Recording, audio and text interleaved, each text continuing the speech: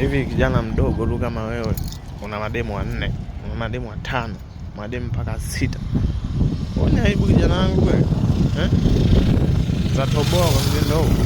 Mambo magumu sasa hivi, achana na mademu. Focus na vitu vya maana mwanangu. Pambana, jiwekeze. Huko mijini mwanangu hatujaja kutembea wala hatujaja kuuza sura huko.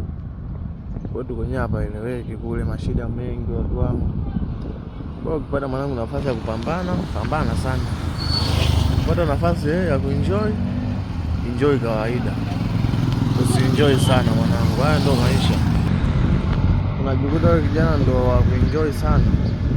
Alafu ndo hivyo mwanangu, maomu kule mambo hayaeleweki kule nyumbani. Unajua tena mwanangu, nyumbani kuna shida kule, watu wanalala njaa.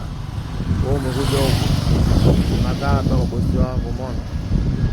Unapiga zako kwa bosi au hivi. Unakula wajika, mambo mengine wajika. Kwa muda kwenda job, wanakubali sana mwanangu, pambane.